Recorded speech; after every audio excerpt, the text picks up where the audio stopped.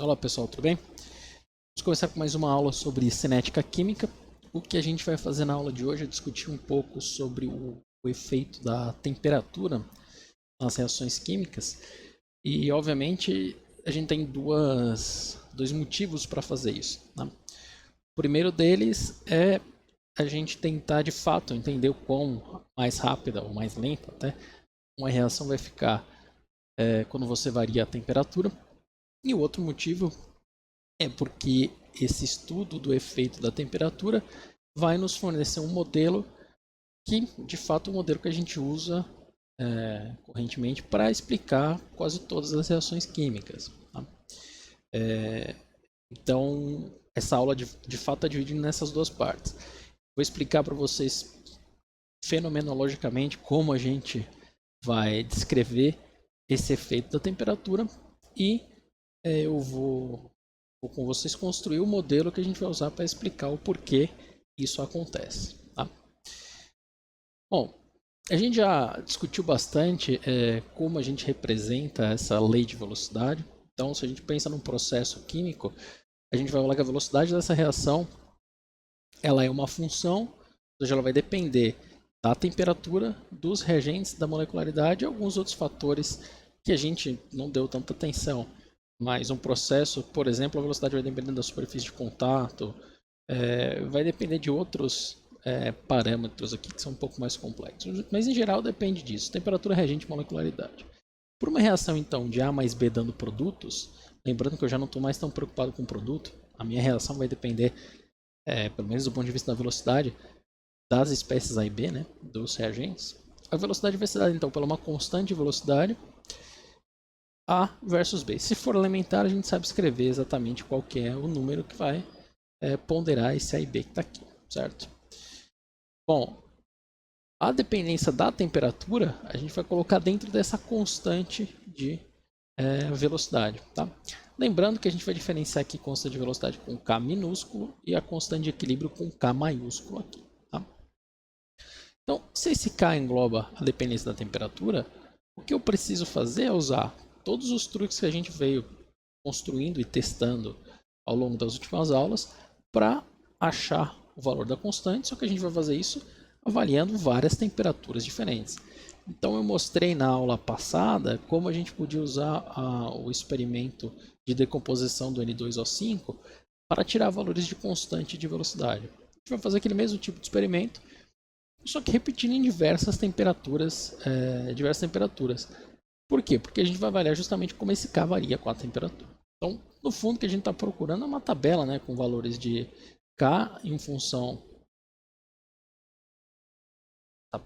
K em função da temperatura, né, o valor de K em função da temperatura que a gente vai medir. É isso que a gente está procurando. Tá? Então, a princípio, o que a gente faz, ou a forma como a gente vai atrás desses resultados é a mesma, a gente só vai fazer isso em temperaturas diferentes. Tá?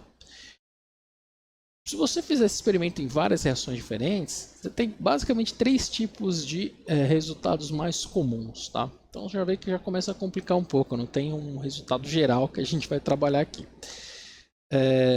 O que a gente vai falar na aula de hoje é desse tipo de comportamento, que é o comportamento da maioria das reações. Tá? Então a maioria das reações tem um comportamento desse jeito. Você aumenta a temperatura, a constante de velocidade aumenta. Né? Isso aqui não é linear, mas você tem esse aumento. Algumas outras reações, por exemplo, que a gente chama de reações explosivas, elas se comportam de forma que você vai aumentando, ela vai seguindo esse mesmo comportamento, ela aumenta aos poucos, até um certo ponto onde essa velocidade de reação dispara, ela aumenta instantaneamente. Isso é uma reação explosiva, justamente porque se você tiver um processo explosivo, é isso que acontece. Na velocidade de formação dos gases normalmente é tão rápida que você tem uma expansão muito rápida e você tem o que a gente chama de explosão. Tá? Algumas outras reações, as reações enzimáticas, por exemplo, elas têm uma temperatura ótima para acontecer. Então o que acontece? Se você aumenta a temperatura, você chega próximo dessa temperatura ótima, a eficiência do seu processo vai diminuir até um ponto onde você desnatura a proteína, você interrompe algum processo fundamental para a reação, e essa taxa de velocidade cai também repentinamente. Essas duas são correlacionadas, né? Elas têm um comportamento até que previsível até um ponto onde elas estouram, ou para cima ou para baixo. Tá?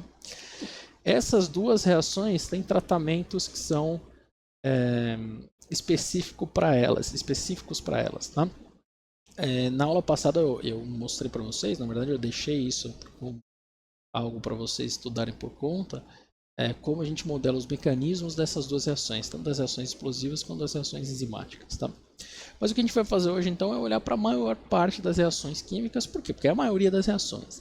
E mesmo essas duas reações têm um certo intervalo onde as considerações gerais que a gente vai fazer por tipo de reação que está aqui também é válido. Tá?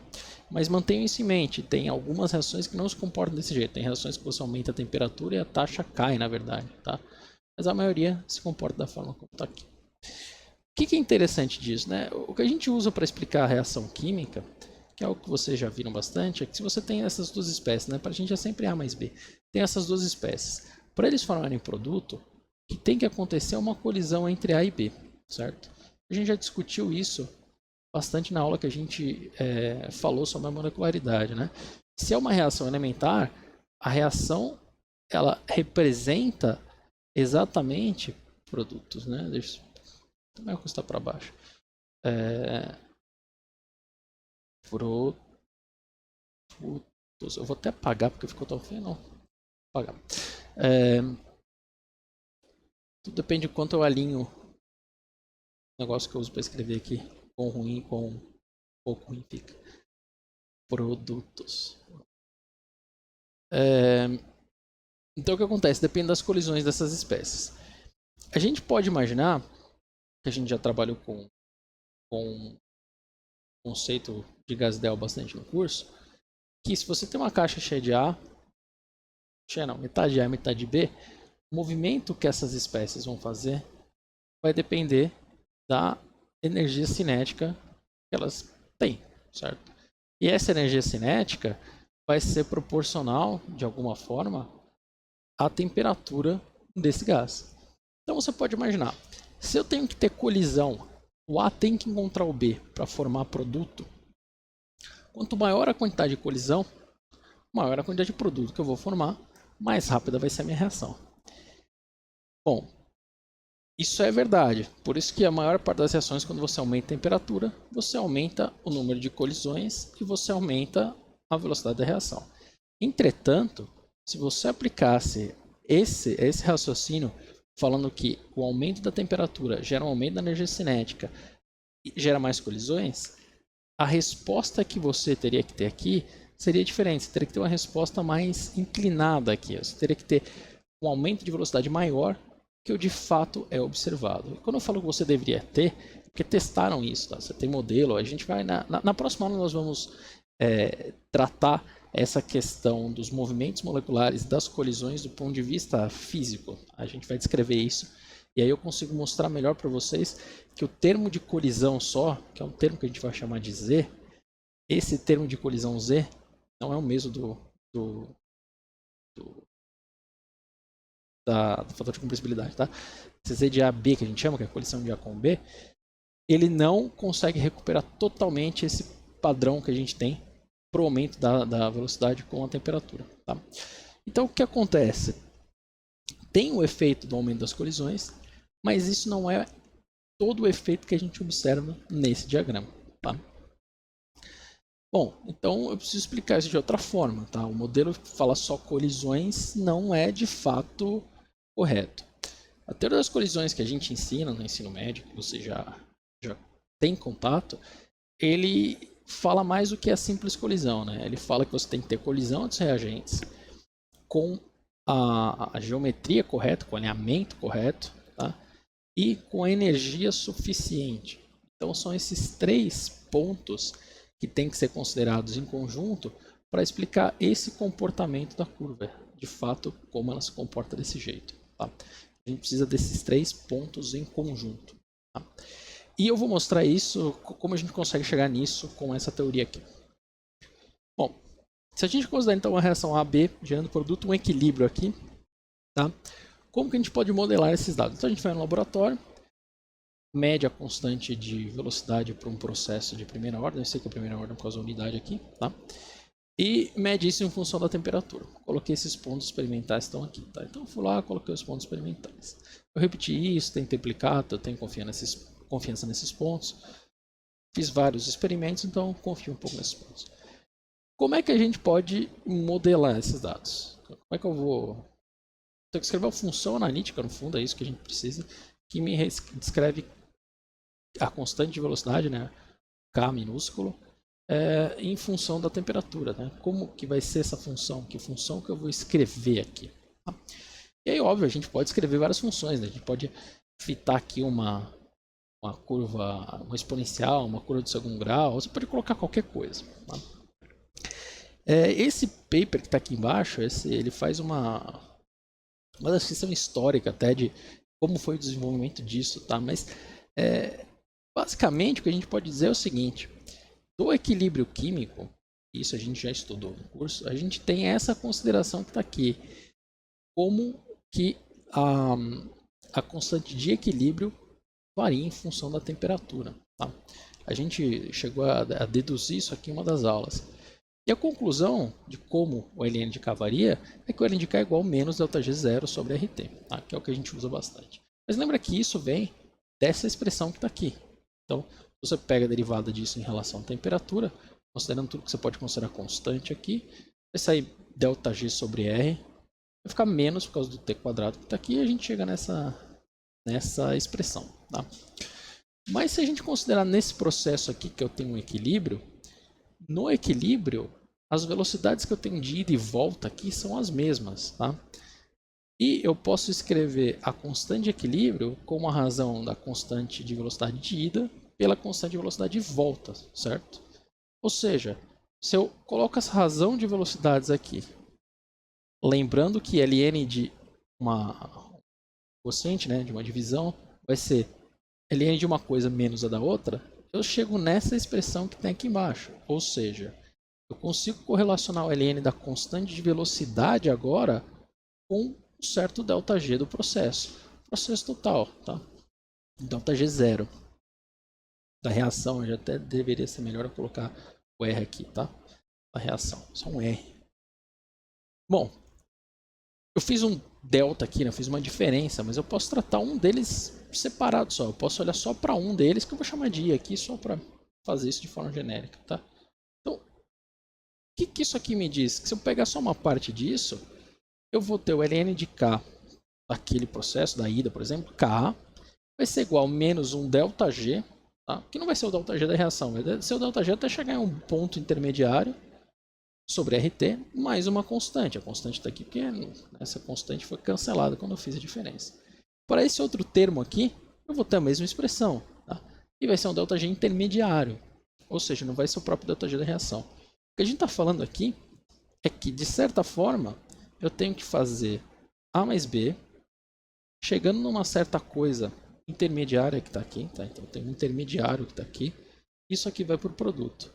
Esse ΔG que está aqui, que eu já estou usando uma notação que a gente vai ver já exatamente o que é, tá? Não é... Eu já estou adiantando essa notação, mas... O que a gente precisa dessa energia? Energia para chegar até esse intermediário.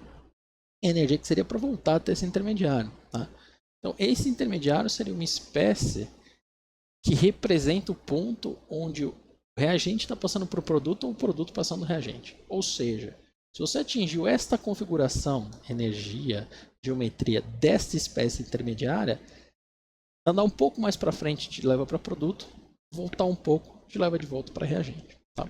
Então é essa energia, em essência, que a gente está procurando. Tá? Você pode chamar isso de energia de ativação ou energia do estado de transição, vai ficar claro depois por que estado de transição. Tá? Bom, essa é a ideia. E tem alguns anos de discussão e bastante discussão para chegar nisso. Tá? Então, se isso é verdade, a gente pode escrever a mesma coisa, né? A mesma expressão inicial para o Kzinho que a gente escreveu para o K. Eu não vou colocar que isso aqui é ΔG, por quê? Porque eu não sei. Então o que eu estou falando é, o ln de Kzinho, né, da constante de velocidade, a derivada do ln da constante de velocidade em função da temperatura, vai ser igual a uma constante, porque é proporcional na verdade, né? Então vai ser igual a uma constante. Como está acabando a letra, eu coloquei um selinho aqui, tá? 1 sobre t quadrado. Se eu faço a integral disso, então, de uma certa temperatura, na verdade eu vou começar, né? Vou chamar isso aqui de infinita, temperatura infinita, até a temperatura que eu quero de fato achar. Fica claro que é temperatura infinita daqui a pouco, tá? Mas tenho que usar um referencial. O C é uma constante, eu vou integrar 1 sobre t. Essa parte da integral vai dar menos 1 sobre t.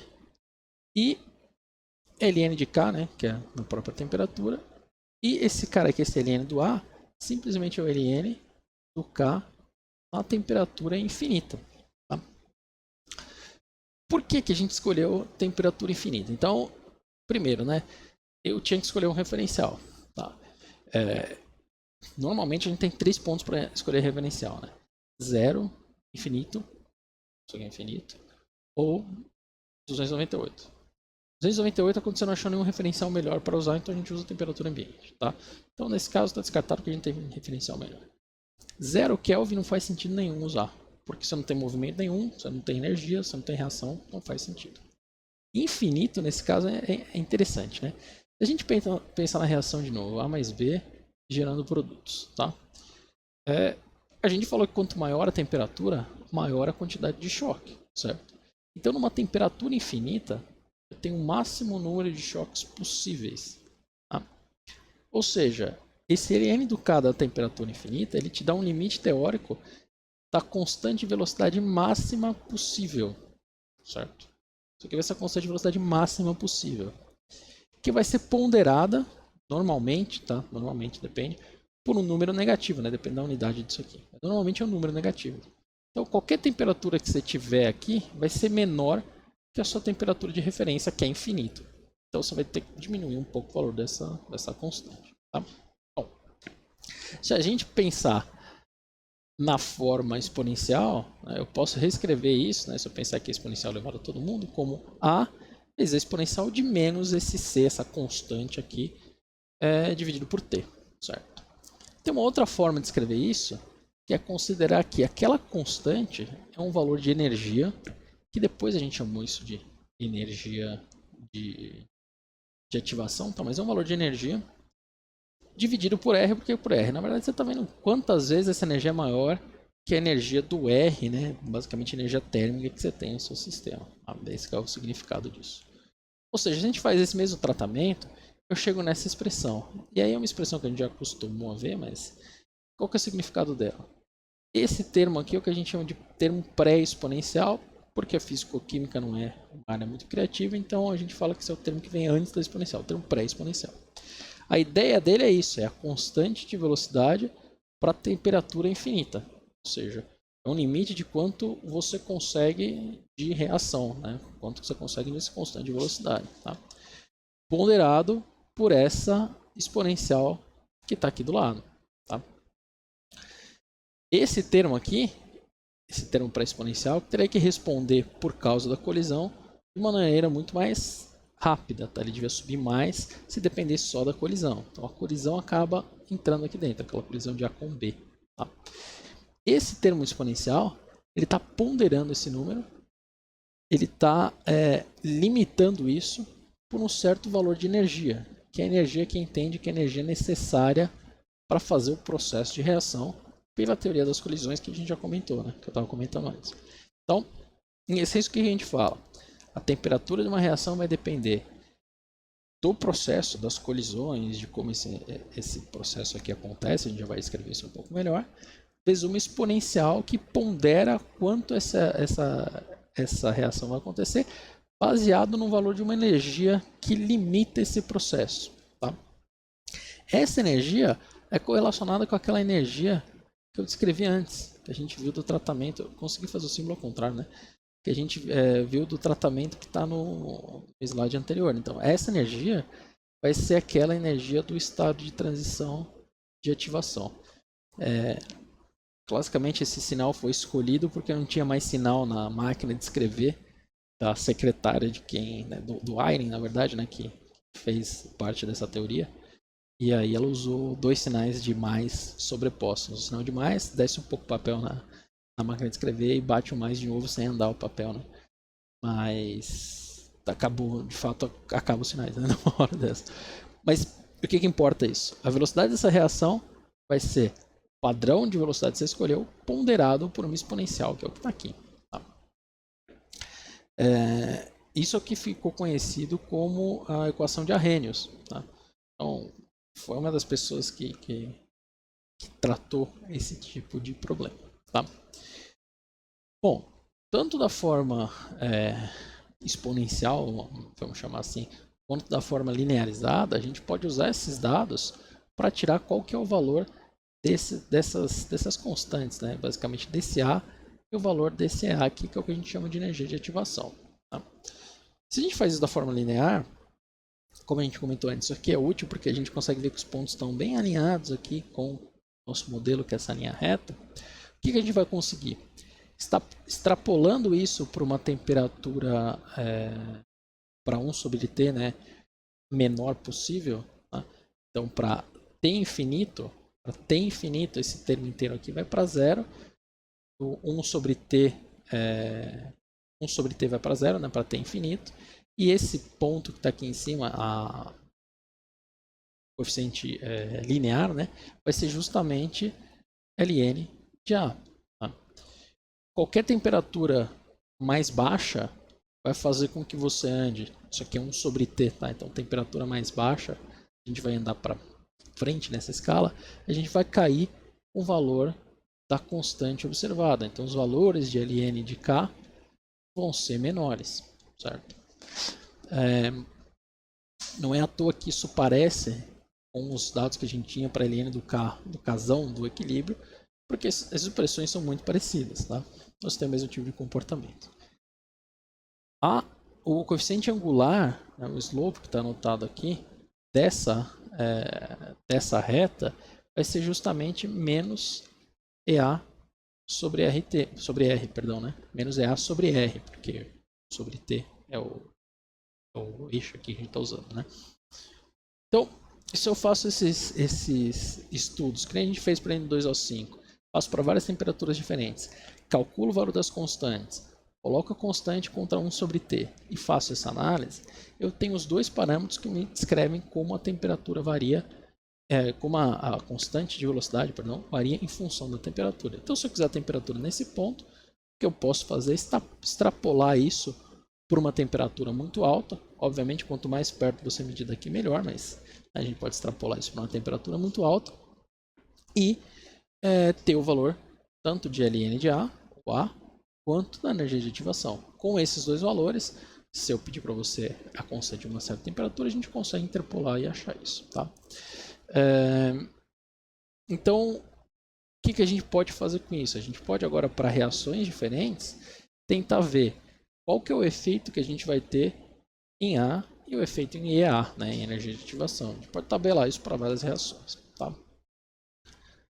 Bom, qual que é a ideia dessa equação, na verdade? Que é o mais importante, né, uma das coisas mais importantes aqui para a gente. Se você pensa que eu tenho que ter aquela espécie intermediária da onde eu vou medir aquela energia, né, da primeira forma como a gente fez aquela teoria, o que a gente está falando aqui é que eu tenho um termo que me descreve basicamente, descreve mais coisas, tem mais coisa aqui dentro, tá? Descreve basicamente como as colisões aumentam com o aumento de temperatura. Mas ele não é o suficiente, devia aumentar mais a reação. Mas por que não aumenta? Porque tem um termo aqui que pondera qual que seria o limite mínimo de energia que essa colisão, né, que essas espécies têm que ter para a reação de fato ocorrer. E essa espécie com essa energia mínima é o que foi chamado desse complexo ativado. Tá? E, de novo, eu falo que a gente não tem criatividade na física-química, por quê? Porque é um complexo, tá A mais B formando um complexo, e ele vai ter bastante energia, por isso que ele vai ser ativado. Tá? Então, qual que é a ideia? Eu tenho A mais B. A mais B não iriam direto para produtos. Tá? O que acontece é que a energia dessas espécies vai subindo até formar uma espécie ativada com energia suficiente que essa espécie tem condição de formar o produto. Tá? Tem uma diferença entre estado de transição e complexo ativado, a gente vai ver isso depois, tá? Mas vamos pensar nisso como complexo ativado. Então, o que a gente está falando? Se eu tenho reagentes e produtos, tá? Se eu penso aqui como energia potencial, se você quiser pensar isso como ΔG, não tem problema. Tá? Para a reação acontecer, do ponto de vista termodinâmico, eu sei que eu tenho que ter, para ser favorável, eu sei que esse processo aqui tem que acontecer com diminuição do ΔG da reação, certo? Então, esse processo vai ser favorável porque produtos está para baixo. Se eu aumento a temperatura, o que eu estou falando é que a quantidade de moléculas, ou de complexos gerados, né? A quantidade de moléculas de A e B que conseguem ter energia suficiente para passar esse limite de energia mostrado aqui, isso aqui de fato é o EA, mais ou menos o EA, mas a gente pode chamar de EA aqui. Quanto maior a temperatura, maior a energia dessas moléculas e mais próximas desse ponto elas estão. Então, não é só questão de colisão, eu tenho que ter colisões com energia suficiente para vencer essa barreira energética representada por essa energia de ativação. Tá? Então, o que essa equação de Arrhenius fala é isso. Você tem uma taxa que depende das colisões. No infinito, essa taxa é a maior possível. Tá? Isso vai ser ponderado por essa exponencial, que dá a entender, ainda mais com o tratamento inicial que a gente fez, né? Que, falando que o Ln de K1 vai ter que depender, de certa forma, de uma certa energia de ativação. Estou fazendo tudo o contrário hoje. De uma certa energia de ativação. Então, daquele G de ativação que eu chamei. É o que essa expressão está te falando. Tá? Então, a gente vai ter reação quando a gente passar desse ponto de energia mais alto. Tá? Então, esse comportamento que a gente introduz, né, esse estudo já no ensino médio, né, a gente fala que as reações químicas acontecem porque tem que passar por uma barreira e ter energia de ativação. Isso vem de uma teoria construída a partir do fato e da observação do comportamento das reações químicas, da aceleração das reações químicas em função da temperatura. Tá? Então, se essa teoria aqui estiver certa, a gente tem que ser capaz de conseguir mostrar que o nosso tratamento, quando a gente fez a teoria, o intermediário de reação, que o nosso tratamento gera uma resposta parecida. Tá? Então a gente vai dar uma olhada no que seria a formação desse complexo ativado. Então, pensando do ponto de vista dos mecanismos que a gente estudou na outra aula, e a gente já chegou a ver um pouquinho disso na outra aula, quando A e B reagem para formar produto, eu vou ter uma constante experimental que eu consigo medir. Eu faço os experimentos e vou medir essa constante experimental. Tá? Essa constante experimental aqui, a gente vai ver que depende, né, da formação dessa espécie desse complexo ativado. Por quê? Porque se eu falo que, na verdade, experimentalmente eu vejo isso, mas o mecanismo ocorre da seguinte forma que está aqui, que é o que representa a curva anterior, o A e B, na verdade, eles vão formar uma espécie ativada. Essa espécie ativada está em equilíbrio com esses reagentes. Então, se eu coloco A e B num frasco, eu sempre tenho esse complexo ativado formado. Eu posso ter mais do complexo ativado ou menos do complexo ativado, dependendo desses valores, dessas constantes que estão aqui, que dependem da temperatura. Isso aqui me dá uma constante de equilíbrio, um K maiúsculo, que também depende da temperatura. Tá? E esse AB aqui, esse complexo ativado, a espécie, né, as duas espécies se encontrando com energia suficiente, vão reagir para formar um produto. Tá? Então, uma vez que eu entendo que numa caixa com A e B eu tenho um pré-equilíbrio que forma a espécie ativada, o que eu preciso ver é quanto dessa espécie ativada eu vou formar e como que a distribuição de energia que eu tenho em A e B, ou seja, a temperatura que eu estou utilizando nesse processo, quanto que isso vai interferir na formação desse A e B. Tá? Se eu escrevo então como que se dá a formação de produto em função de tempo, isso vai ser por algum motivo tem um 2 aqui, isso aqui é um B, tá? Isso vai ser esse KB, né, esse segunda etapa que está aqui. Tá tudo misturado aqui, né? Tudo misturado.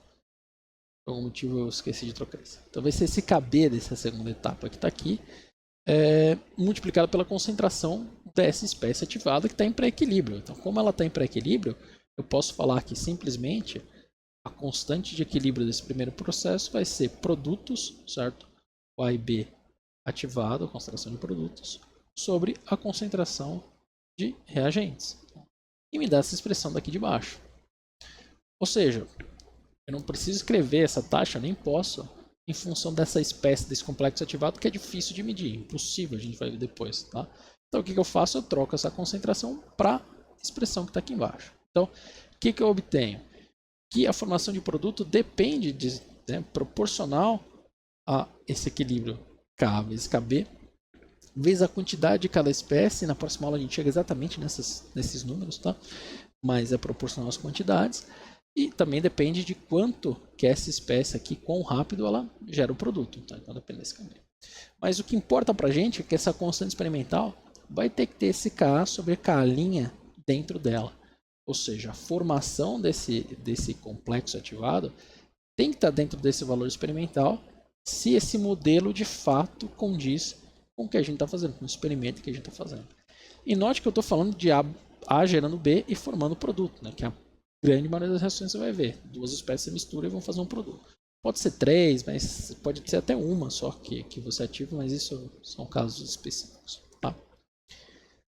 Se você olhar então a equação de Arrhenius, a teoria que o Arrhenius escolheu, e aí tem um pouco de mecânica, um pouco não, tem um monte, né, de mecânica estatística para chegar nisso aqui. O que o Arrhenius mostrou, na verdade, é que essa constante experimental, ela vai ser igual, na verdade, a essa relação de Ka com K', ou seja, vai ser igual a uma constante de equilíbrio para formar essa espécie ativada intermediária, é isso que a gente está notando com esse sinal aqui, tá? Não é da reação AB formando produto, mas é a constante de equilíbrio para esse processo, para formar o AB ativado. Tá?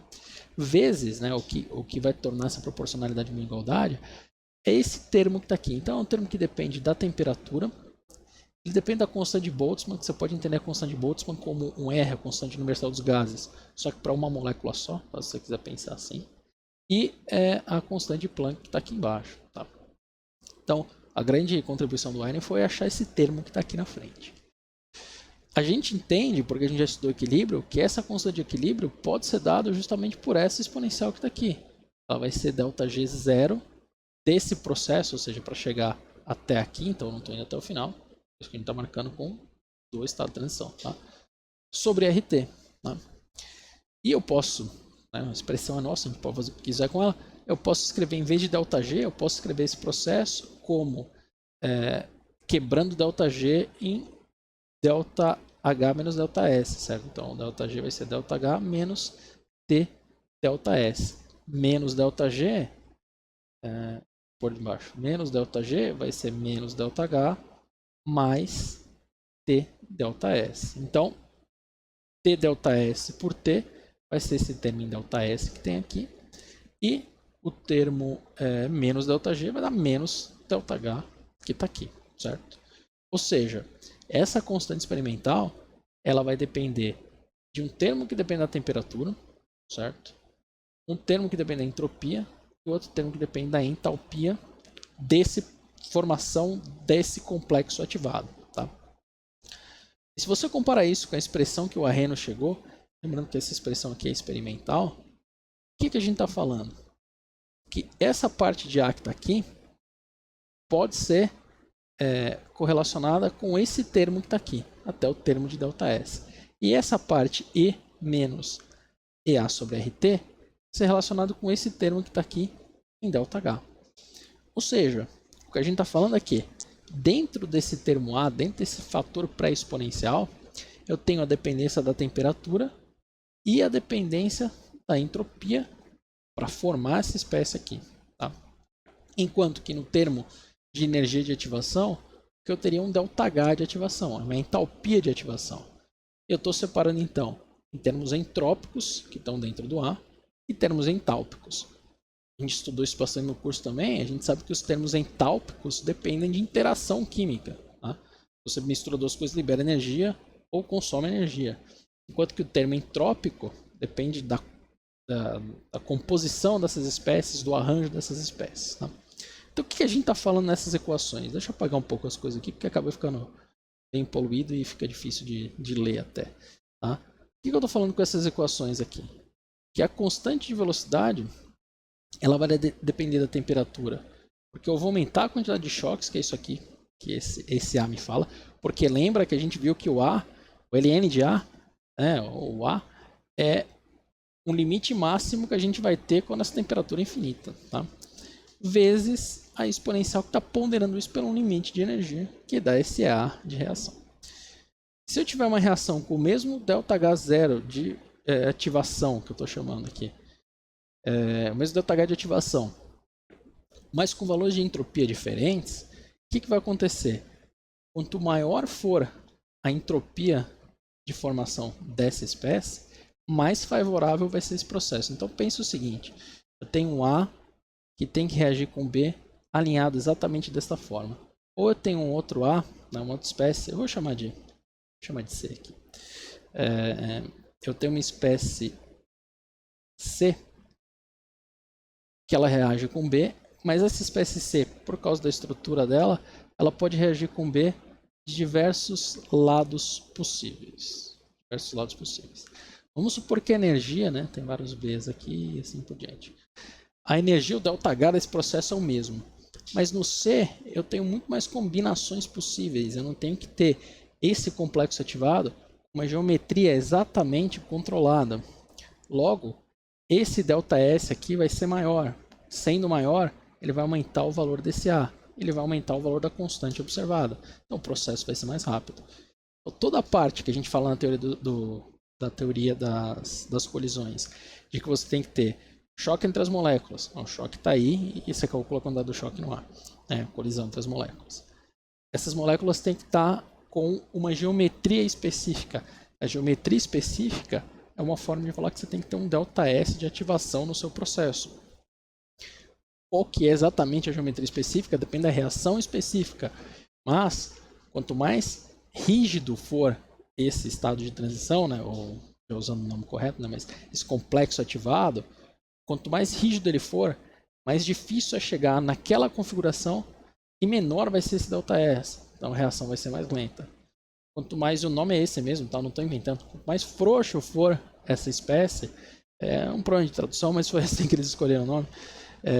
Quanto mais maleável for, mais composições você tem para fazer aquele choque efetivo e maior vai ser esse termo pré-exponencial.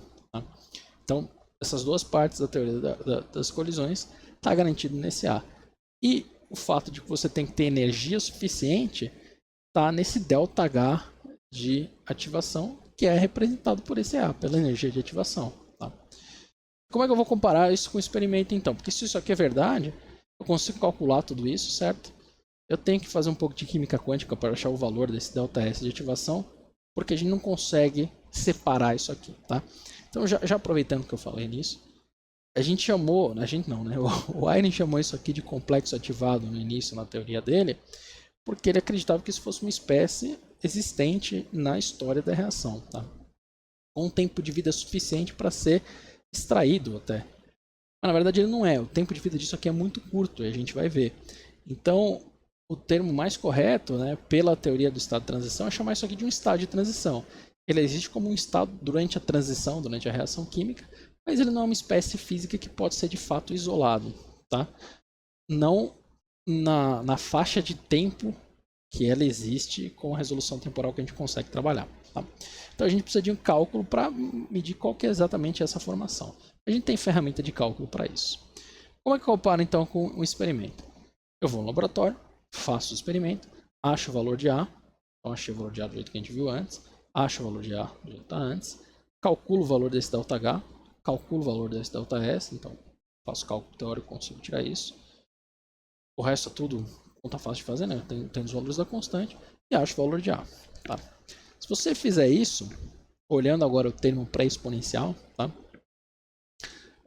Esse termo exponencial, para várias reações, ele costuma ficar na mesma faixa de grandeza que o que você consegue experimentalmente. Certo? Então ele tem a mesma faixa de grandeza, que já é bom. Tá? Porque se você fez uma teoria que acerta a faixa de grandeza, você já está feliz.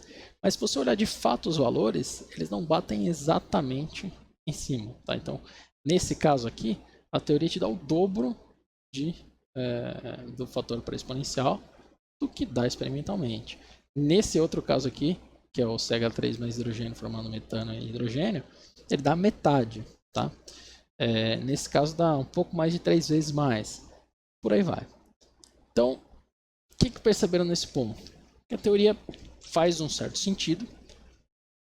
O principal dessa teoria foi permitir a gente começar a pensar que as reações químicas acontecem dessa forma, com a colisão, formando uma espécie ativada e essa espécie ativada fazendo os produtos, tá?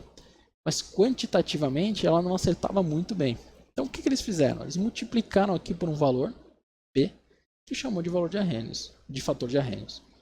Como é que você encontra esse fator? Bom, eu divido 1 por 2, eu sei que tem que ter meio esse cara, que aí dá certo. Então se eu multiplicar isso aqui por meio, bate em cima. Se eu multiplicar esse valor por 2, bate em cima. E assim sucessivamente. Então o que a gente pode fazer é fazer uma outra coluna aqui com P, que vai ser simplesmente o calculado sobre o experimental, e aí você vai acertar exatamente o valor. Porque você está introduzindo um termo para corrigir o desvio do seu teórico e seu experimental. Tá? Então, essa aqui é a ideia. Tem algum sentido físico esse fator? Mais ou menos, depende da reação. O que a gente está entendendo nesses processos é que, por exemplo, para a primeira reação, tá? O hidrogênio vai estar andando, ele vai colidir com um átomo de hidrogênio, vai colidir com a molécula de hidrogênio que está por ali, certo? Na próxima aula a gente faz essas contas, tá? Mas se você imaginar, essa colisão depende do quão grande vai ser esse átomo e quão grande vai ser essa molécula que está aqui, certo? E a orientação, né? Se essa molécula estiver vindo de lado, né? Se ela estiver vindo de lado do jeito que está aqui, essa colisão vai ser diferente. Então o que a gente vai fazer é determinar o que a gente chama de seção de choque, tá? Quanto maior for, deixa eu fazer direito, né?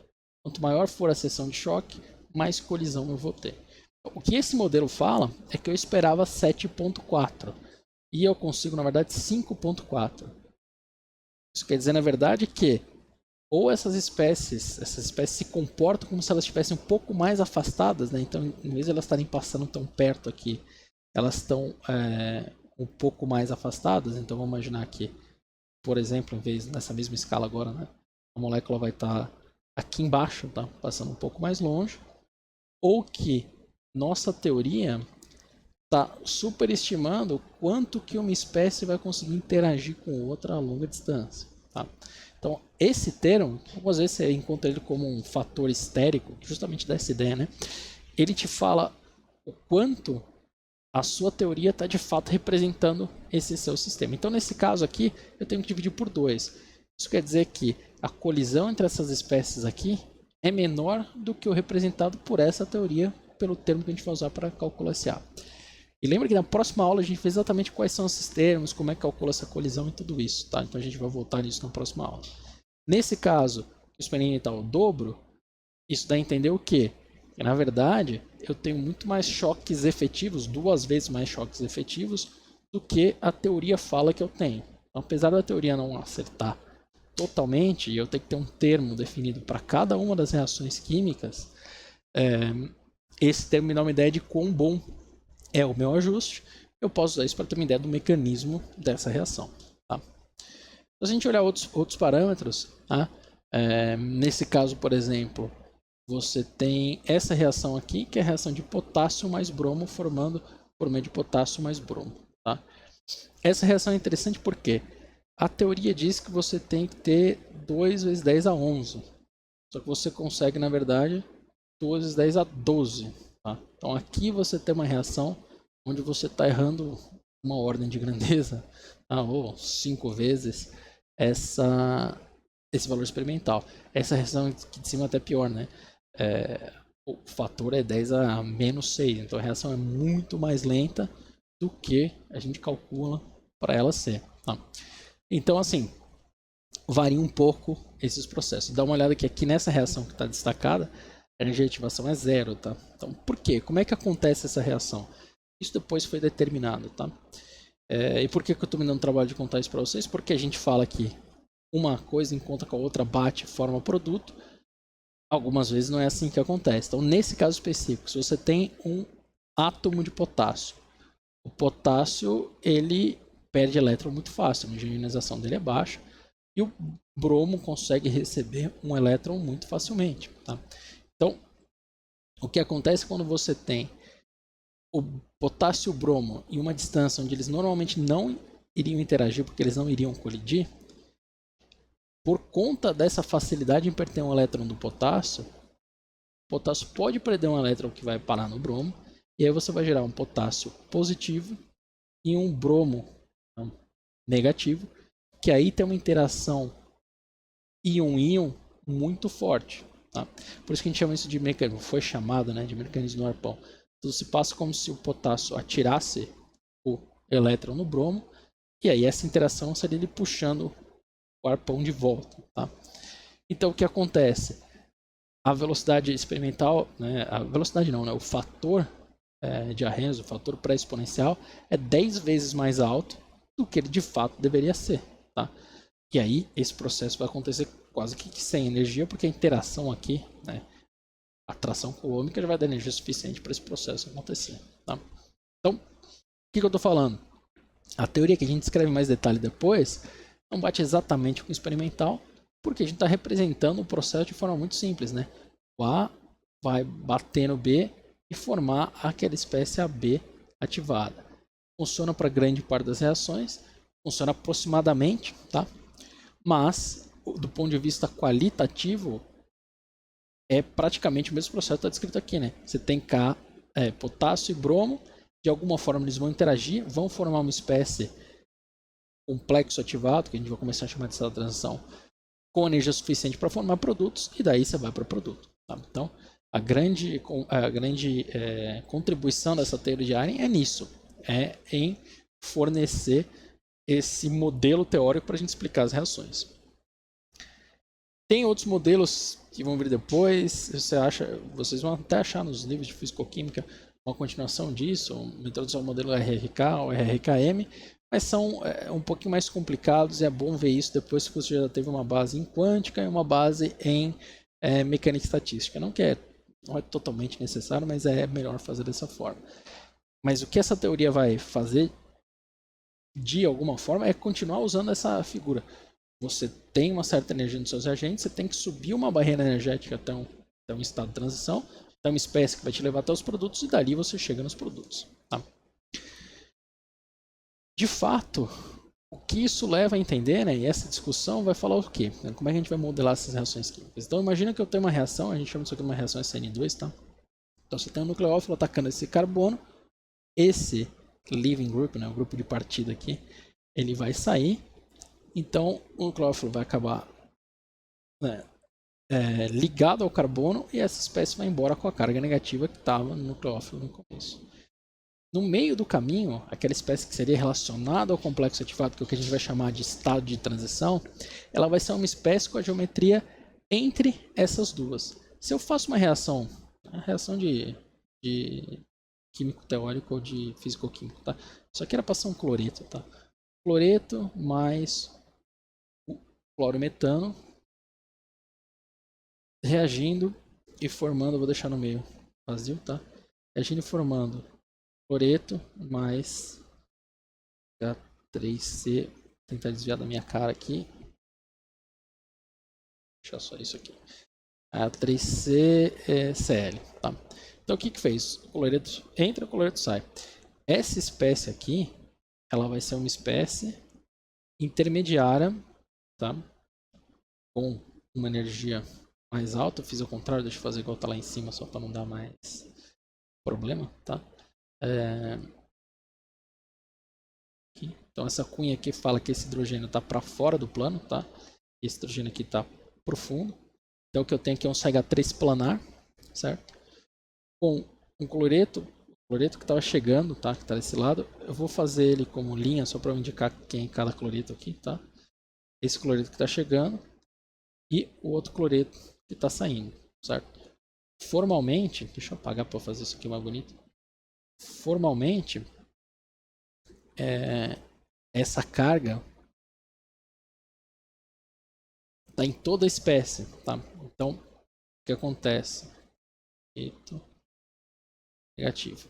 A carga inteira não está aqui, a carga inteira não está aqui. Então a gente anota isso como um del. Difícil fazer o del. Um del de carga negativa, tá? Então o que acontece?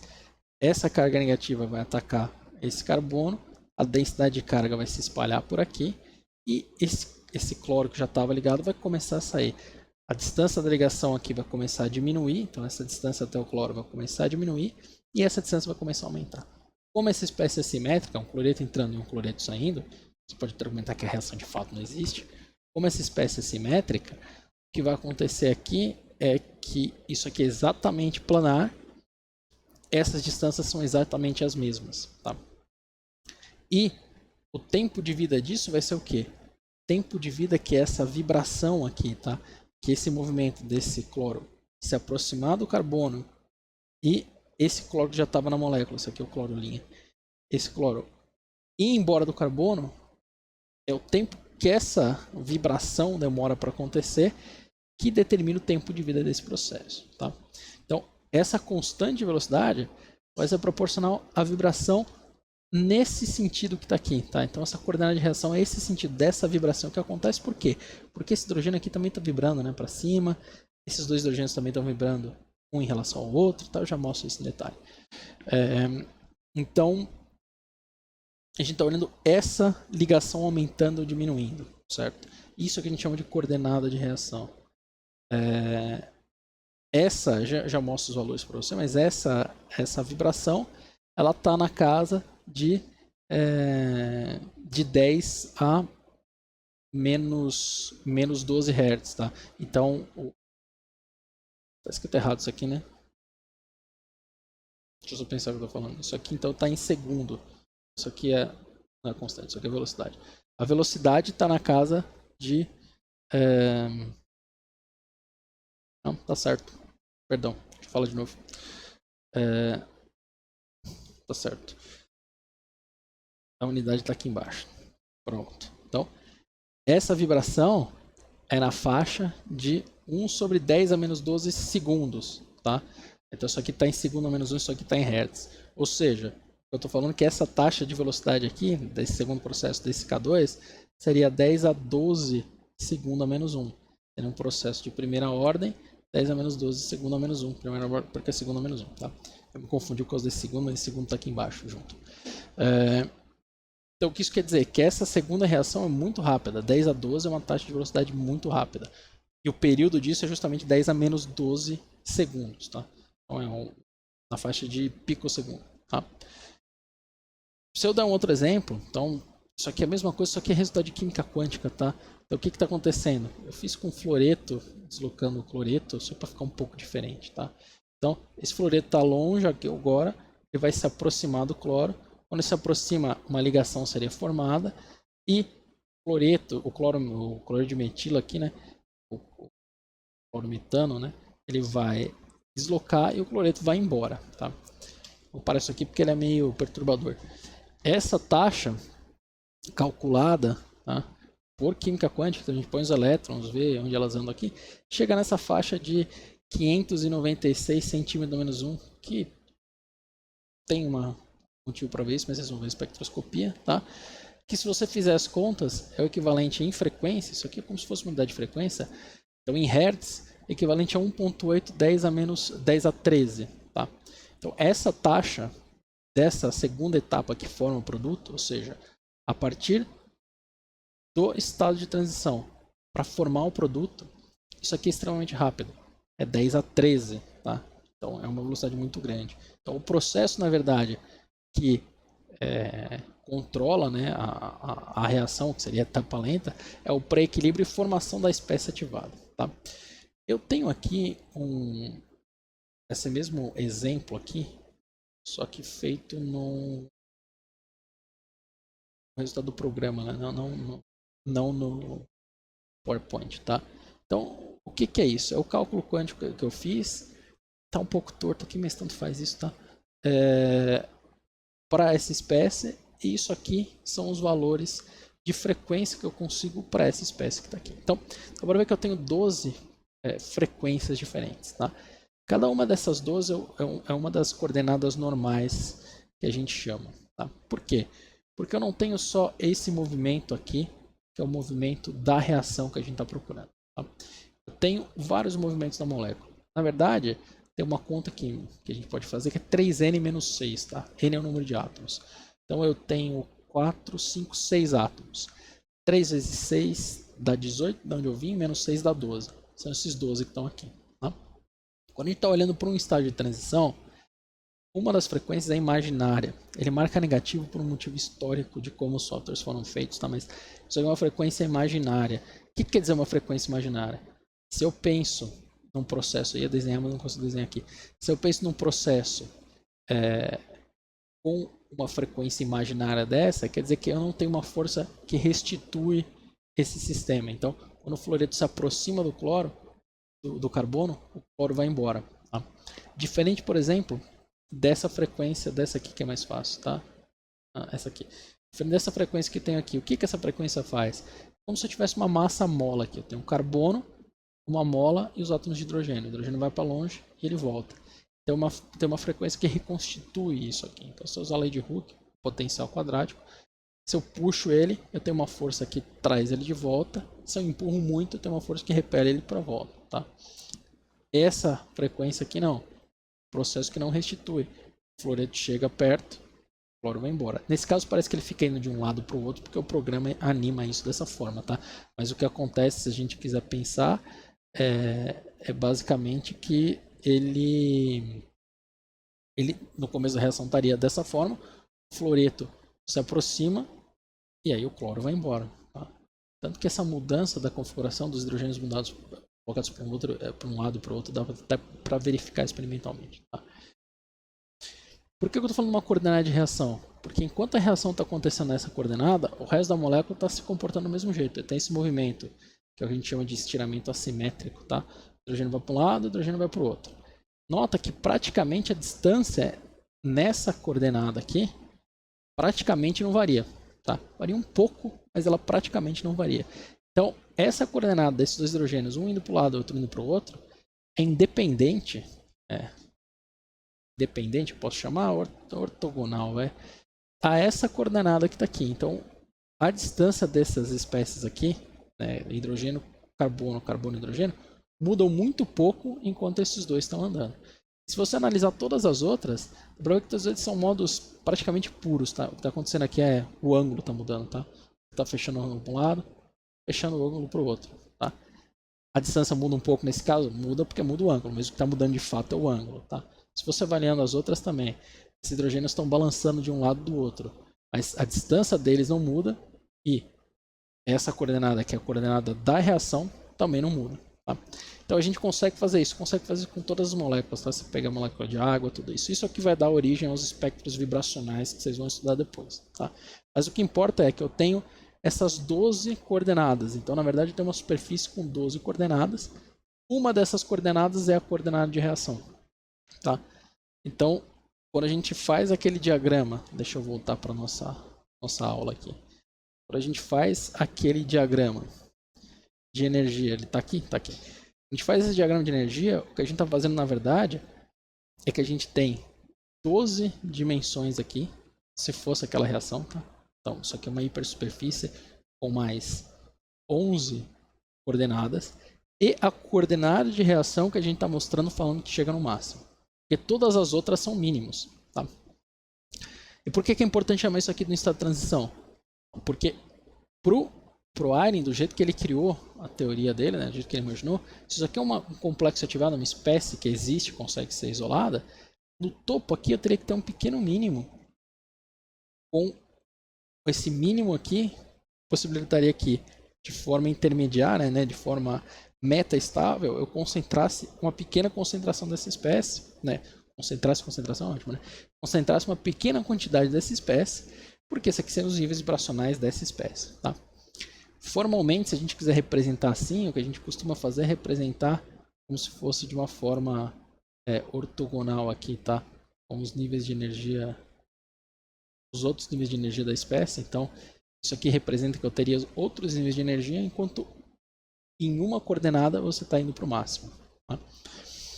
Que esse é um ponto, né? A gente fica o curso inteiro falando que os sistemas andam pelo mínimo de energia. Por que o sistema vai se dar o trabalho de passar por um máximo? Bom, primeiro nesse caso que você tem uma força, um incentivo, né, termodinâmico para chegar num ponto mais baixo. Mas não é só isso. Esse ponto parece que é o máximo de energia ao longo dessa coordenada. Mas se você avalia todas as coordenadas juntas, ela é a menor energia possível para ele sair daqui e chegar aqui embaixo. Isso já vai ficar mais claro quando eu mostrar todas essas, não todas, né? Mas algumas dessas coordenadas em conjunto, tá? Então, o que eu estou falando? Imagina que minha reação começa aqui. Então eu tenho nesse ponto, a cor tá ruim, deixa eu colocar outra cor nesse apontador aqui. Vai vermelho nesse caso. Então nesse ponto aqui, tá? Então os meus reagentes estão aqui. Eu sei que os produtos estão aqui e eles são muito mais estáveis porque a energia é muito mais baixa, tá? O que eu posso fazer? Vou colocar a seta para cá porque eu faço o caminho que eu quiser. Eu tenho vários caminhos possíveis, tá? E o que eu represento nessa superfície são várias outras coordenadas. Então, eu posso passar daqui para cá. Note que daqui para cá eu vou ter que passar por um ponto com energia mais alta, mas eu vou passar por aqui, que ao longo desse caminho a energia é mais baixa, né? Eu não vou subir nessa montanha aqui que a energia é alta, eu não vou vir para cá porque a energia é alta, mas eu posso passar para cá, vou achar esse ponto do mínimo. Então, se você pensa em equilíbrio, a diferença de energia daqui para cá, seu ΔG, me fala que eu vou ter mais acúmulo de espécie aqui do que aqui em cima, tá? Daqui para cá, eu poderia vir para cá, mas a energia é mais alta, para cá a energia é mais alta. Aqui a energia sobe um pouco, mas se eu subir um pouco, estatisticamente eu vou subir para cá, consigo chegar num ponto com energia muito mais baixa que está aqui. E aí, estatisticamente, eu vou ficar preso para cá, eu posso ficar indo e voltando para cá, porque essa barreira não é tão alta, mas dificilmente eu vou subir para essa barreira, que a energia vai ser muito mais alta aqui. Então, num processo, numa reação, eu tenho várias coordenadas que podem reagir. Será a mesma coisa que naquele exemplo, além do fluoreto chegando e o cloreto indo embora, eu tenho uma reação que eu puxo o hidrogênio até o hidrogênio quebrar e ir embora, tá? Então, eu tenho essas várias possibilidades. As reações que vão acontecer, isso que você vai ver, por exemplo, em química orgânica, são as reações que a gente consegue passar por barreiras baixas, tá? E que você tenha que seja favorecido do ponto de vista termodinâmico, tá? Você tem que considerar isso tudo em conjunto. Por isso que eu falei que no final do curso a gente conseguiu juntar termodinâmica e cinética no na mesma discussão. A altura dessa barreira que está aqui, né, em relação a esse mínimo, me dá a parte cinética, tá? A parte do estado de transição. E a diferença entre os mínimos me dá a parte termodinâmica. Tá? Se a gente pega uma reação mais simples, e a gente gosta de fazer essa reação simples, por quê? Porque ela é simétrica e eu consigo desenhar isso de uma maneira muito melhor. Tá? Então, qual que é essa reação? Um átomo de hidrogênio que vai colidir com a molécula de hidrogênio, formando uma molécula de hidrogênio e um hidrogênio indo embora. Então, do ponto de vista de energia, isso aqui é o mesmo. Se eu falo que eu tenho reagente, deixa eu só pensar, vou chamar essa espécie de A, B e C, né? Então, eu tenho uma separação baixa de A e B nesse eixo, tá? Então, isso aqui seria A e B junto, certo? E eu tenho uma separação baixa de B e C nesse eixo. Então, aqui eu tenho B e C junto, certo? Então, estou olhando nesse eixo. Se eu tenho B e C junto, né, uma distância pequena, isso aqui representa a distância de equilíbrio que eu tenho entre esse B e C. Então, isso aqui é essa distância, esse RE é a distância de equilíbrio. E aqui eu tenho a distância de equilíbrio. Tá? Então, vamos supor que eu comecei aqui, né, nesse exemplo, comecei aqui o meu A e B. Tá? E o meu A e B, eu estou uma distância pequena em A e B, e o meu C, meu B e C está longe. Então, o que eu estou falando? Tem esse A e B, e lá longe eu tenho um átomo de C que está vindo. Se eu vou aproximando esse átomo de C, o que acontece é que eu vou aumentando a energia ao longo desse caminho, tá? Vou aumentando a energia até eu chegar num ponto onde eu vou subir nessa energia e vou começar a cair de novo. Então, se eu fizer um diagrama aqui, certo? E eu não vou usar nem a distância de B e C, nem a distância de A e B. Se eu falo que isso tudo fica numa linha, que de fato não acontece, mas se eu falo que isso aqui fica numa linha, tá? Essa distância aqui, eu vou chamar de R. Então, quanto menor for a distância de A e B, maior a distância de B e C. Mas o que eu estou fazendo é aumentando o R e diminuindo o R. Então, eu vou chamar isso aqui de coordenada de reação. A coordenada de reação anda em cima dessa linha. Nesse ponto, isso aqui são curvas de nível. Para vir para cá, a energia é muito alta. Para vir para cá, a energia é muito mais alta ainda. Por que é muito mais alta ainda? Se eu cortar aqui, né, se eu cortar nesse ponto essa curva, tá? Então, se eu cortar, vou colocar aqui embaixo. O que eu tenho um comportamento desse jeito que está aqui. Tá? Cortei, é isso. Ele sobe bem rápido aqui no começo. Por quê? Porque isso aqui é distância de, nesse caso, de A e B. Tá? Então isso aqui é a distância de A e B. Se eu estou com uma distância muito pequena, eu estou espremendo um átomo de hidrogênio para cima do outro. Tá? Então eu estou espremendo isso, a energia sobe muito rápido. Se eu estou com uma distância muito alta, eu vou distanciando até eu dissociar A e B e isso aqui ficar separado. Tá? Então eu tenho esse ponto de equilíbrio, que é a distância da própria molécula de hidrogênio. Certo? A distância da ligação que eu tenho nesse ponto de equilíbrio que está aqui. Então, para cá a energia sobe, para cá a energia sobe muito rápido. Então eu vou andando aqui pelo meio. Para vir aqui, eu tenho energia muito alta. Então eu vou passar. Esse ponto vai ter uma energia mais alta do que aqui onde eu comecei, do que aqui onde a gente vai parar. Mas ele é a energia mais baixa dessa região inteira. Tá? Então o estado de transição está relacionado nesse ponto. Ele é o máximo ao longo da coordenada de reação. Então nesse caso eu vou sair, a energia vai aumentar, eu vou passar pelo TS e como a reação é simétrica eu vou voltar para o mesmo ponto. Tá? Então esse aqui é o estado de transição. Se eu representar isso numa curva tridimensional, eu tenho esse tipo de comportamento. E aqui, para ficar mais interessante, eu mudei um pouco a reação também. Tá? Então, isso aqui é flúor reagindo com hidrogênio, formando HF mais hidrogênio. O que vai mudar? No corte, a profundidade desse poço aqui para o HF vai ser mais baixo do que para o hidrogênio, porque são moléculas diferentes. Tá? Essa reação, se eu pensar do ponto de vista ao longo da coordenada de reação, eu vou começar com o hidrogênio que é alto, certo? E vou acabar com o HF que é baixo. Eu vejo isso, porque eu comecei nesse ponto aqui, que é uma energia mais alta, e acabei nesse ponto aqui, que é uma energia mais baixa. Tá? Como que essa reação vai acontecer? Formalmente, eu posso ter um caminho que não passa por essa transição. Tá? Então, eu posso vir aqui com a reação, ela pode subir aqui, fazer uma manobra de skate aqui, e vir cair para cá, certo? Mas isso não é favorável, porque você vai gastar muita energia. O caminho de menor energia é um caminho que vem aqui pelo meio, passa aqui nesse vale, desce. Como você tem essa barriga aqui, como dá para ver, se a gente olhar por cima as curvas de nível, o que a gente está falando? A gente começou aqui no HF, né? Então a gente começou vindo aqui pelo HF, a energia vai subindo, repara como a energia vai subindo nessas curvas de nível que estão aqui, a energia vai subindo, eu passei nesse ponto que é o máximo de energia, e aí eu voltei a cair para cá. Qualquer outro caminho que você desenhar aqui, qualquer outro caminho que você vem aqui, esse caminho que eu desenhei, por exemplo, né? Ele vem aqui, sobe aqui e depois desce. Ele foi por um caminho de muito maior energia. Tá? Então o que a gente faz para avaliar onde está o estado de transição, você vai ter alguma coisa parecida com isso aqui, é avaliar o caminho de menor energia possível. Se você der muita energia para essas moléculas, elas podem fazer caminhos diferentes aqui para chegar lá, tá? Mas isso é assunto para outra aula. O que a gente vai ver nessa teoria, a gente vai procurar esse estado de transição, que é o caminho de máxima energia ao longo da coordenada de reação, tá? E essa energia você pode usar, a maioria das vezes você pode usar ΔG, tá? Tem uma discussão nisso também. Então, qual que é o ponto?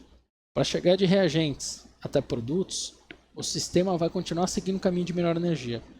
Nesses diagramas, quando você corta isso ao longo desse caminho que está aqui, parece que você está passando por um máximo de energia. Na verdade, você está passando por um máximo, mas ele é o menor máximo possível. Tá? Qualquer outro caminho que você fizesse aqui em cima teria uma energia muito maior que essa. Então, quando a gente desenha essas curvas de reagente até produto com uma energia de ativação, o que a gente está pensando é, eu tenho uma hipersuperfície, nessa hipersuperfície eu vou ter um corte, e nesse corte a energia vai subir e vai descer. Por que que o sistema resolveu fazer isso, de aumentar a energia e depois cair de novo? Porque isso não é o que a gente aprendeu a fazer no curso inteiro de termodinâmica. Bom, ele faz isso porque normalmente tem uma vantagem em ΔG, ou seja, ele é favorável, você está indo no sentido de baixar a energia do sistema, e para conseguir baixar essa energia do sistema, ele tem que conseguir passar uma pequena barreira de energia, que comparado com todos os outros graus de liberdade, né, todas as outras coordenadas normais, é uma barreira baixa, porque todo o resto continua no mínimo de energia, certo? Então a gente vai ver, na próxima aula a gente vê um pouco mais do tratamento, como a gente consegue simular isso aqui. Eu posso jogar um monte de bolinha nessa superfície, como se fosse um potencial gravitacional, chacoalhar e ver onde elas param. Dá para fazer um monte de coisa dessa, mas a gente vê isso depois, tá? Bom, onde que isso importa? Agora a gente vai começar a juntar várias reações. Então, o que eu estou fazendo aqui? Eu estou fazendo uma reação de A gera C. Então, a reação é que você tenha esse dieno, tá? Então, é o butadieno. Você pode reagir isso aqui com hidrogênio, por exemplo. Então, você pode ter o ataque por um lado, o ataque pelo outro. O hidrogênio pode entrar na ponta, que é o que está representado aqui, tá? Ou o hidrogênio pode entrar no meio e a carga fica na ponta. Na química orgânica a gente discute que o carbocátion secundário é mais estável que o carbocátion primário, tá? Por isso que a energia desse é mais baixa. E o estado de transição ele vai depender um pouco de onde você partiu e de onde você chegou, tá? Então, se você tem uma espécie C mais baixa em energia, o estado de transição tende a ser mais próxima dessa. Se você tem mais alta, o estado de transição tem que ser um pouquinho mais alto, tá? O estado de transição costuma estar sempre acima das duas espécies. Então, quanto mais alto for um desses lados, mais alto tende a ser o estado de transição. Se o estado de transição tivesse um pouquinho mais perto do A, então se ele fosse mais imediato aqui, ou seja, se ele subisse logo, então ele subiria aqui, tá, o estado de transição, depois iria para C. Como ele é mais próximo de A, a configuração, a geometria dele é mais parecida com A, e aí ele estaria por os dois caminhos muito parecidos. Como ele é mais próximo de C, a geometria do C muda a energia desse estado de transição, tá? Muda a energia dessa espécie B que está aqui. Mas de qualquer forma, tenho dois caminhos possíveis. De A para formar C tem que passar por dois Bs diferentes, tá? Aqui a diferença é pela cor, eu vou chamar todo mundo que tá em cima de linha, porque aí se você não conseguir ver a diferença de cor, você vê a linha que está escrita aí, tá? Então o que acontece? De A eu vou para C e depois eu tenho outra reação de C indo para E, que passa por outro estado de transição que está aqui, certo? Então, na verdade, eu tenho dois diagramas, diagrama cortado aqui, eu tenho outro diagrama para te dar a coordenada de reação, tá? Então, é como se eu tivesse um diagrama aqui mostrando de A indo para C, tá? A indo para C, outro diagrama mostrando de C indo para D, por exemplo, e eu juntei os dois. Por que é importante falar isso? Porque na maioria das vezes a gente vai falar, isso aqui é coordenada de reação. São várias coordenadas de reação que a gente está juntando no mesmo diagrama, tá? A gente está tratando essas duas etapas que aconteceram sucessivamente num gráfico só. Se eu vou para o laboratório e eu falo para vocês, ó, dependendo de como eu fiz essa reação, se a temperatura for alta ou se a temperatura for baixa, eu tenho um produto diferente. Então, por que acontece? Se a carga está aqui na ponta, quando eu adicionar cloreto, isso aqui, ele vai entrar na ponta. Se eu adicionar um cloreto aqui nessa espécie de baixo, ele vai entrar no meio, tá? Então, esse carbocátion aqui, o linha, vai me gerar essa espécie que a gente chama de produto 1,2, tá? Então, o cloro entrou, perdão, produto 1,4, o cloro entra na ponta, tá? Essa espécie aqui, que não tem linha, que tem um carbocátion secundário, vai gerar esse produto 1,2 que está aqui. Tá? Então, pela química orgânica, a gente sabe que esse carbocátion secundário tem energia mais baixa, se quiser você pode calcular, tá? E a gente sabe que pela estabilidade dessas espécies aqui, esse produto 1,4 tem uma energia mais baixa do que esse produto 1,2. Eu tenho essa inversão. Então o que acontece? Se eu fizer essa reação com uma temperatura alta, tá? Se eu faço uma temperatura alta, temperatura muito alta, eu vou ter energia suficiente para passar qualquer barreira que tem aqui. Então eu consigo passar essa barreira do B', é a barreira do B, a barreira do D, a barreira do D', eu consigo passar qualquer barreira e chegar em qualquer um dos dois produtos. Tá? Se eu por acaso fim por esse caminho e cheguei no E, eu tenho energia alta para voltar. Então posso também ver a barreira como uma volta aqui. Tá? Então eu tenho energia para voltar, volto até o A de novo. Aí eu posso ir mais uma vez. Se a energia é extremamente alta, o meu sistema vai tender para a menor energia possível, que vai ser esse produto 1,4 que está aqui. Tá? Então isso é o que a gente chama de um controle termodinâmico. A reação vai formar a espécie que é mais favorável do ponto de vista termodinâmico. Se eu faço numa temperatura baixa, tá? Mas eu não vou fazer a temperatura extremamente baixa. Eu vou baixar a temperatura, não vou baixar tanto a ponto da reação ficar muito lenta. Mas se eu baixar essa temperatura, a fração de molécula que tem energia para chegar em B' vai ser muito baixa. Então, numa temperatura baixa, vai demorar mais, mas a maioria das moléculas vai ter energia para passar pelo B, mas não chegar no B'. O B' não vai estar disponível. Então, eles vão chegar até o final e se acumular como E. Se já foi difícil para passar essa barreira, Imagina para passar essa barreira que está aqui, que é muito mais alta. Então ele vai ficar acumulado como esse linha e a gente vai formar um produto que a gente chama do produto cinético. O produto cinético é um produto que ele não é o mais estável termodinamicamente, mas por conta da altura dos estados de transição, que são mais baixos, as alturas são mais baixas, né? As barreiras são menores e numa temperatura mais baixa esse processo consegue acontecer. Isso a gente usa direto no laboratório de química orgânica para gerar o produto que a gente quer. Então, claro que você tem que ter um caso feliz, tá? Não são todas as reações que acontecem isso. Mas se você está num caso feliz, onde você tem o seu produto termodinâmico, tá? O mais estável, ter uma barreira de energia muito mais alta, você consegue gerar o produto que não é mais estável, baixando essa energia. Então, o produto termodinâmico é o produto que é mais estável do ponto de vista termodinâmico. O produto cinético é o produto que ele não é mais estável, mas ele é o mais rápido de ser formado. Então, se você trabalha com as temperaturas, você consegue formá-lo. Tá? Isso dá uma ideia de como a gente está usando essa teoria para identificar quais reações vão acontecer. Então lembra, o que a teoria de Einstein fez de mais importante não foi nem calcular para a gente os valores dessas constantes, que acreditem, é bem complicado de ser calculado de forma precisa, tá? Tem que ser para processos muito bem conhecidos. Mas ele dá essa ideia dessa barreira de energia e permite que a gente avalie essas barreiras de energia. Outro exemplo, por exemplo, é a questão da catálise. Tem dois reagentes que querem chegar num produto, eles passam por uma barreira de energia muito alta, tá? Normalmente, algumas pessoas gostam de falar que a catálise é uma barreira mais baixa aqui, tá? Não existe isso. Você não consegue baixar a barreira sem mudar o caminho. Então, o que vai acontecer é que você vai ter diversas etapas nesse seu processo catalítico, tá? E eu vou ter um TS, o primeiro TS aqui, o segundo TS aqui, o terceiro TS aqui, o quarto TS aqui, tá? Que vai ser, todas elas vão ser mais baixas que desse TS. Essa barreira que está aqui, tá? A barreira está aqui fora. Que esse estado de transição da transformação sem catalisador.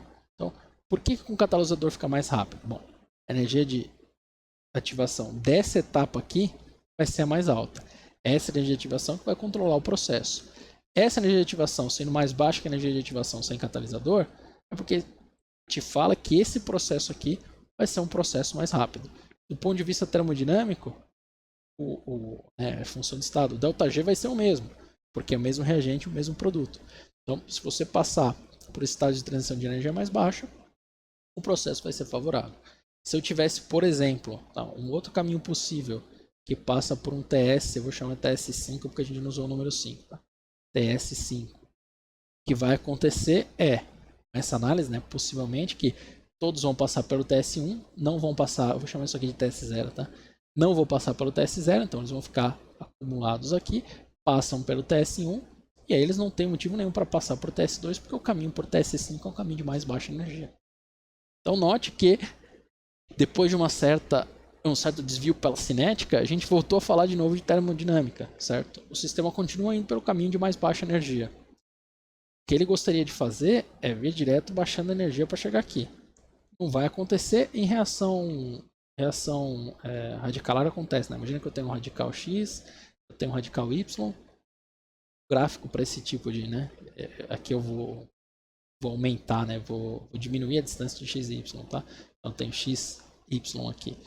Quando eu vou aproximando esses dois, a energia vai caindo, até eu formar a espécie no meu estado x, y ligados, tá?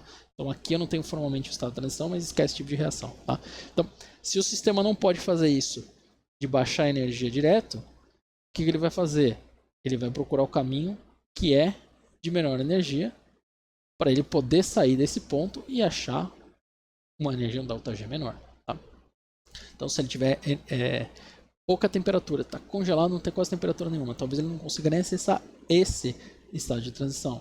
Ou a fração de moléculas com energia suficiente para passar esse estado de transição vai ser mais baixa, tá? Mas vai ser muito mais alta do que para passar isso aqui. Então, a gente vai olhar as reações com isso, a gente vai procurar os estados de transição, que a gente consegue calcular usando química quântica, vai procurar esse estado de transição e vai ver se é favorável passar pelo estado de transição ou não, tá? Outros exemplos de catálise que eu não vou explicar direito, isso aqui eu vou passar rápido, mas é só para dar um exemplo, tá? Se você está usando eletroquímica, coloca um eletrodo dentro da solução. Se você mudar o potencial elétrico aplicado nesse eletrodo, o que você está fazendo é andando com a energia de um dos seus reagentes, que é o elétron. Então, esse elétron pode estar com uma energia mais alta ou mais baixa na sua molécula. Então, se essa energia é mais baixa, esse elétron pode pular para o seu eletrodo. Se a energia é mais alta, o elétron que está no eletrodo pode pular para a sua molécula. Isso aqui são os orbitais moleculares, tá? Temos um orbital ocupado, que é o que vai sair, né, o elétron. Orbital desocupado, que é o que vai receber elétron. Então, se você vai reduzir a espécie, colocar elétron nela, ou oxidar, tirar elétron dela, depende da energia ou do potencial que você colocou no seu eletrodo. O que o potencial faz é o quê? Isso está aqui do lado. A reação não aconteceria, tá? Então imagina que a reação aqui não acontece. Eu subi a energia desse elétron. Então eu vou jogar esse elétron para fora, mais favorável ele ficar aqui fora. Então eu vou gerar essa espécie negativa, tá? Quando eu subir a energia do elétron, eu estou puxando esse mínimo de energia aqui para cima. E a barreira de energia que eu vou ter vai ser muito menor. Por isso que os processos se tornam mais favoráveis. Tá? Então eu estou mudando a energia no meu reagente, estou subindo a energia no meu reagente, ele está formando o produto que eu quero. Vai ser mais rápido. A gente não discutiu a parte cinética, não muito, né? A gente falou por cima da parte cinética na eletroquímica, mas a ideia é basicamente essa, tá? Aí você entra por toda a eletrocatálise e mais outros processos que tem pela frente. Mas o ponto é, se você mudou o potencial do elétron, você mudou a energia do seu reagente. Por isso que o elétron é um reagente interessante, né? É um reagente que você consegue variar a energia. Se pensar em reação promovida por luz, tá? Eu estou falando de fotoquímica. Mesma coisa, eu tenho os elétrons aqui. Se eu quiser reduzir essa espécie, eu tenho que puxar um elétron do infinito, lá do contínuo, e jogar um elétron aqui nesse orbital vazio, tá? Que é o que está aqui. Se eu quiser oxidar essa molécula, eu tenho que pegar um elétron que está aqui embaixo e jogar para fora da molécula. Se eu excito isso, eu puxo um elétron que está nesse orbital para esse orbital vazio que estava aqui. Então, a energia de oxidação, por exemplo, vai diminuir. Porque agora eu tenho que puxar um elétron que está com uma energia mais alta para ir para o contínuo. Então, o que eu fiz quando eu joguei luz numa molécula? Eu mudei a energia dos elétrons que estavam nessa molécula. E agora é mais fácil arrancar esse elétron. Tá? De certa forma, se a gente pensa em fotocatálise, o que a gente está fazendo é o seguinte, imagina esse exemplo que está aqui, tá? Eu tenho esse reagente e esse produto. Para chegar nesse produto, eu vou ter que subir essa barreira de energia que está aqui, tá? Nesse caso a reação nem é favorável, mas você pode acoplar com outra que seja favorável, tá? Então o que eu faço? Se eu gerar uma espécie ativada com luz que consegue ver o P uma barreira menor, ele vai passar por essa barreira muito mais rápida, chegar nessa espécie. Essa espécie aqui também é uma espécie ativada, ele vai perder energia na forma de radiação e formar seu produto. Tem vários tipos de mecanismo, tá? Então, por exemplo, eu tenho o meu reagente, ele não formaria o meu produto, ele formaria uma espécie parecida com o meu produto, ou alguma coisa relacionada com o meu produto, a barreira seria muito alta e eu não teria reação nunca.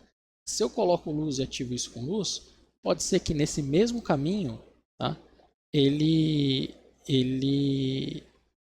gere uma espécie, tá, um produto aqui, porque aqui a barreira vai ser menor, vai ser muito mais favorável. Ou nesse caso, por exemplo, né, eu gerei uma espécie reativa, essa espécie gera um intermediário que perde energia para um intermediário nessa reação, que dificilmente seria formado, que a energia é muito alta, daqui você gera produto.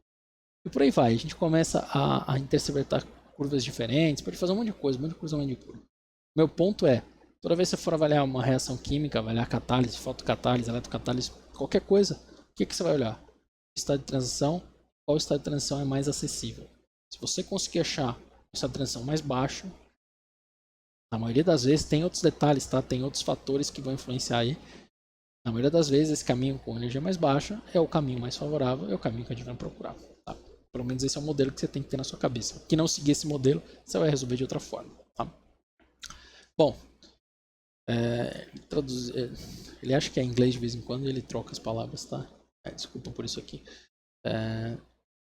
Então, o que a gente aprendeu com tudo isso?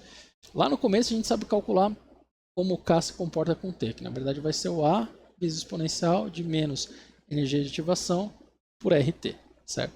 Mas o mais importante, a gente conseguiu criar um modelo para explicar a maioria das reações químicas, que é a energia de ativação e as colisões, certo? Então você sempre vai pensar num complexo ativado ou mais formalmente no estado de transição, tá? E para isso você vai ver essas superfícies de energia. São superfícies de energia por quê? Porque são aquelas hipersuperfícies. Só que a gente vai cortar essa superfície ao longo de uma coordenada de reação, certo? E, como estão os exemplos aqui, ao longo dessa coordenada de reação a gente vai ver qual é o caminho mais baixo. Mas lembra que mesmo para esses exercícios, mesmo para esses exemplos, eu teria outras N coordenadas aqui que não estão passando pelo máximo, tá? Então você tem que correlacionar com a coordenada que de fato passa pelo máximo de energia, tá? Isso dá o que pra gente? Uma ponte entre a cinética e a termodinâmica. Então agora quando você pensa cinética, se você pensa em energia do seu estado de transição, você está pensando de novo em termodinâmica e a gente consegue ver quais são os caminhos de reação mais favoráveis, tá? Que é o que a gente vai precisar usar na química o tempo todo. Então a gente sabe calcular o ΔG, sabe se o processo é favorável ou não. E quando eu falo mais favorável aqui agora, a gente está abrindo isso em dois caminhos, tá? Eu devia falar lábil aqui, que é o termo correto. Mais favorável do ponto de vista cinético. Então eu quero saber se o processo tem uma barreira de energia baixa. E mais favorável do ponto de vista termodinâmico, tá? Vou parar aqui. Eu tenho que olhar essas duas coisas, tá? Como a gente correlacionou cinética com energia do estado de transição, você está olhando termodinâmica de coisas diferentes, mas você está olhando termodinâmica sempre, tá? Então, para saber se o caminho é favorável ou não, você vai olhar o quê? De certa forma, você vai olhar a altura dessa barreira e se o processo de fato libera energia ou não, tá? A altura da barreira você vai mudar procurando outros caminhos que a barreira seja mais baixa, se ele não conseguir acontecer, e se esse processo não for espontâneo, você vai acoplar isso com processos que tornem esse processo espontâneo, tá? Se a ida é espontânea, a volta não é espontânea, mas lembra que ser espontâneo não quer dizer que não vai acontecer, quer dizer que você vai ter que gastar trabalho para fazer com que isso aconteça. Então, isso tudo resume o modelo que a gente vai usar para essas reações químicas, tá? Então, o que é importante dessa aula? Entender a parte de calcular constante, mas é fácil e é a mesma coisa que a gente já fez para a constante de equilíbrio. Entender como esse modelo foi criado, como utilizar esse modelo para entender que reação vai acontecer ou não. Então, volta naquele exemplo do controle cinético, controle termodinâmico, e entende aquilo. Tá? O que a gente faz na próxima aula? A gente vai explorar os modelos que vão deixar bem claro como a gente acha A, como que a colisão entre as moléculas entra nesse A, e com esses modelos matemáticos a gente consegue explicar um pouquinho mais a origem molecular dessas reações químicas. Tá? Então, é isso que a gente faz na próxima aula. E aí a gente na verdade, encerra na próxima aula a discussão de cinética com isso, tá ok? Então, presta atenção nessa questão do equilíbrio cinético e do controle cinético e controle termodinâmico. E bons estudos e até a próxima aula.